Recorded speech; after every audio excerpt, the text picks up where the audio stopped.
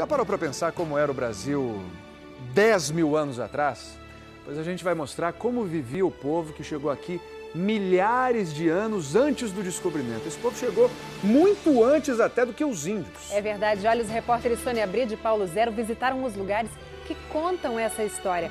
Uma história que tem rosto e tem nome. Luzia, a primeira brasileira.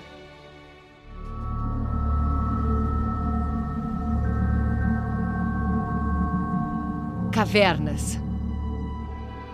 Água e vento mudam essas formas lentamente.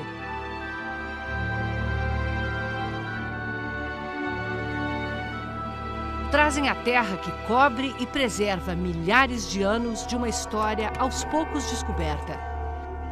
A chegada ao continente americano da espécie que conquistou o planeta, o Homo sapiens.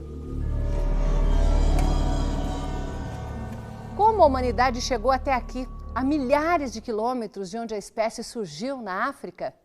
Caminhando, sem rumo definido.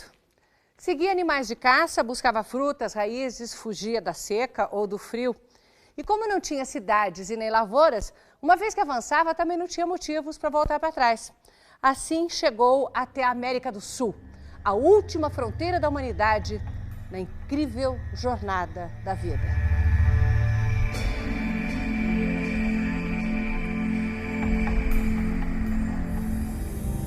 A nossa espécie surgiu na Etiópia. Há 2 milhões de anos, o Homo erectus já estava deixando a África. Fósseis desse nosso ancestral foram encontrados na Ásia e em toda a Europa. Há 80 mil anos, o Homo sapiens, a nossa espécie, começou a se espalhar pela África e o resto do planeta. Foram muitas levas de migrações. Ele ocupou a Ásia, chegou à Austrália e Polinésia. Na última era do gelo, Ásia e América ainda eram ligadas por terra. O Homo sapiens atravessou o Estreito de Bering e se espalhou pelo continente. Há 13 mil anos, já ocupava estas cavernas em Lagoa Santa, Minas Gerais, uma das maiores concentrações de fósseis humanos das Américas. A gente realmente está conseguindo ver as crianças, os jovens, os adultos, mulheres, homens, e ter uma noção de como esses grupos se comportavam como uma população. Um povo que tinha rituais. A maior prova está nos sepultamentos revelados sob a poeira milenar. Nós temos 2 esqueletos numa sepultura aparentemente dupla, em que há um indivíduo onde a cabeça estaria sob esse bloco de pedra, as costelas, as costas dele fazem essa curva, aqui estaria a bacia. Por que eles foram enterrados assim? Uma passagem para a vida após a morte? Ou uma homenagem dos vivos à vida que se foi? A região está cheia de mensagens deixadas por eles. Cenas de caça, da incrível variedade de animais que andava por aqui. O primeiro a registrar essas mensagens do passado foi um dinamarquês, Peter Lund, ainda na primeira metade do século XIX. Lund fez muitas descobertas reveladoras. A principal neste lugar, o Sumidouro, onde na época da seca o riacho some para dentro de uma caverna subterrânea que na estação das chuvas transborda formando um lago. Aqui, Peter Lund encontrou fósseis humanos junto com os de animais da chamada megafauna, bichos imensos que foram extintos há 10 mil anos, como a preguiça gigante, o tigre dente de sabre e o xenorrinotério, um parente do cavalo com nariz estranho. A partir daqui nós temos várias questões. Um século e meio depois, nos anos 70, o professor André Proust era um jovem pesquisador da missão francesa que veio estudar a região. Quando nós estávamos escavando na parte de cima, ou seja, menos de 7 mil anos, nós encontramos várias pinturas enterradas. Foi o primeiro caso, acho que na América Latina, em todo caso no Brasil, que permitiu a gente ter uma comprovação de que pinturas, daquelas que a gente chama de rupestres, tinha vários milênios de existência. Foram anos seguidos de pesquisa até juntar as provas de vida humana aqui há mais de 10 mil anos. Nesta fenda, eles encontraram ossos humanos espalhados. Primeiro, partes do corpo. No ano seguinte, o crânio. Ainda foi preciso um tempo para eles entenderem que pertenciam todos ao mesmo indivíduo. uma mulher que morreu ou foi enterrada aqui há 13 mil anos. Essa mulher ficou conhecida como Luzia, a primeira brasileira. Só 20 anos depois, Luzia ganhou fama. O pesquisador Walter Neves, da USP, estudou o fóssil. Ela faz parte da primeira população humana que entrou no continente americano. Ou seja, analisando o formato do crânio, as cavidades dos olhos, os dentes, Walter viu que Luzia era negroide, muito parecida com os aborígenes australianos e muito diferente dos índios que a gente conhece. Nós propusemos, então, no final dos anos 80, de que a América teria sido ocupada por duas populações distintas. Segundo essa teoria, a população mais antiga, o povo de Luzia, teria atravessado o Estreito de Bering há 14 mil anos. E pelo Alasca foi descendo até chegar ao Brasil. Há 11 mil anos veio outra leva, a dos ancestrais dos índios atuais.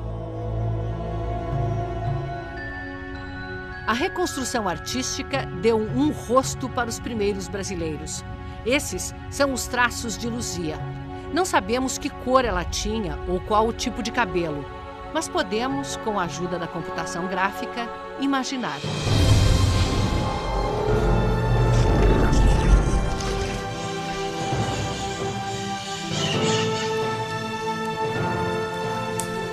E não é só o rosto.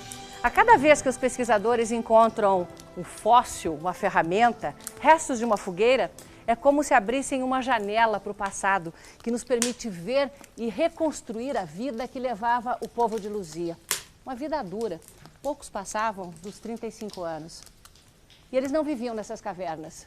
Eram nômades. Caçavam, colhiam frutas, muitas raízes. Nessas cavernas eles passavam alguns dias, se abrigavam e seguiam em frente.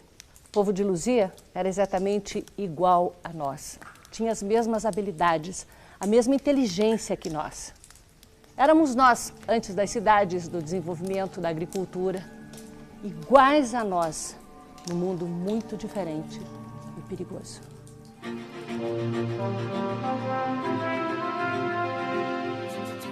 O mundo da megafauna.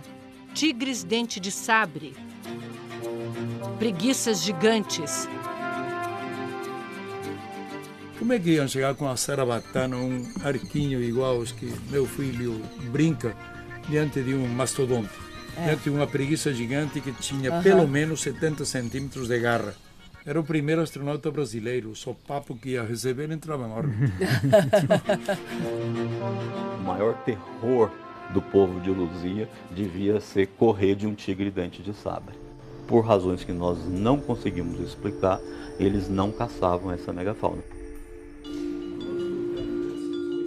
Mas entre as 70 mil peças do Museu de Ciências Naturais de Belo Horizonte, o professor Cartelli tem provas de que eles não desperdiçavam a carne se encontrassem o bicho morto, um osso de preguiça gigante. Este osso equivale aqui. É este osso aqui. Esse aqui.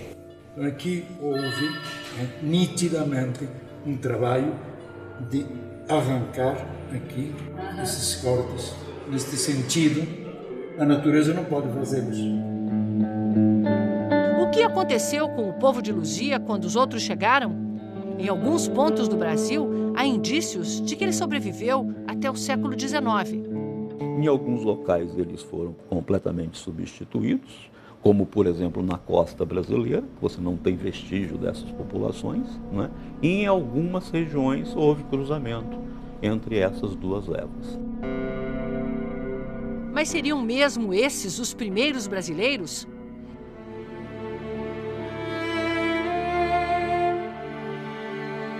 Serra da Capivara, Piauí.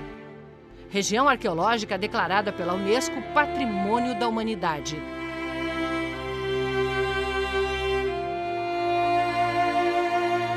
Na paisagem deslumbrante da Caatinga, galerias de arte a céu aberto, deixadas por povos que viveram aqui.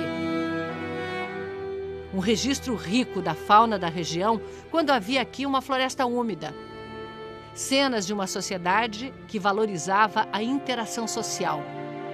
Danças, festas. Um parto, feito por um xamã para falar da vida ou por um homem que acabou de descobrir a emoção de ser pai? Esses tracinhos são uma espécie de contabilidade, um calendário?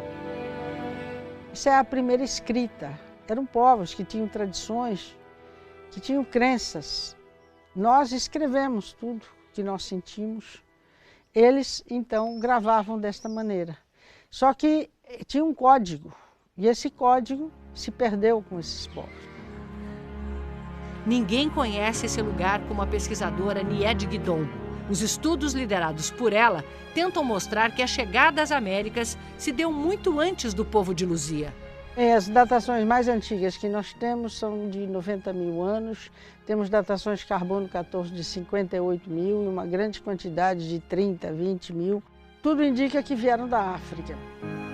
A teoria dela é de que há mais de 80 mil anos, os primeiros humanos vieram para cá direto da África, cruzando o Atlântico em balsas, empurrados por fortes correntes marinhas.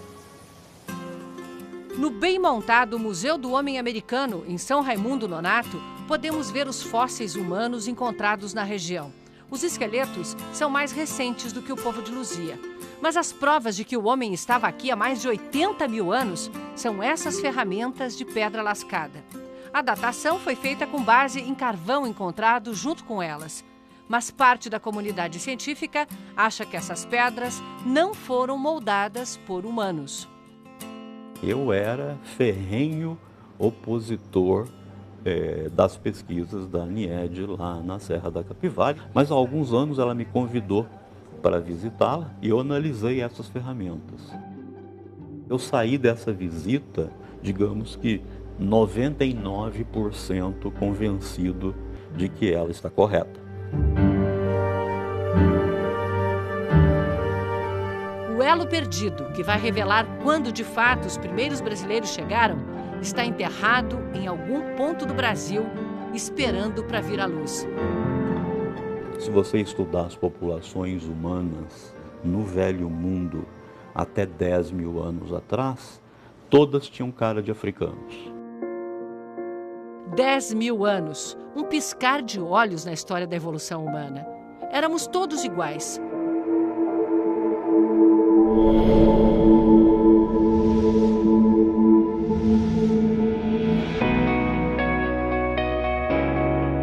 Foi o ambiente onde os humanos se estabeleceram que mudou traços, cores, criou a diversidade humana, mas não mudou a espécie, que continua única, igual.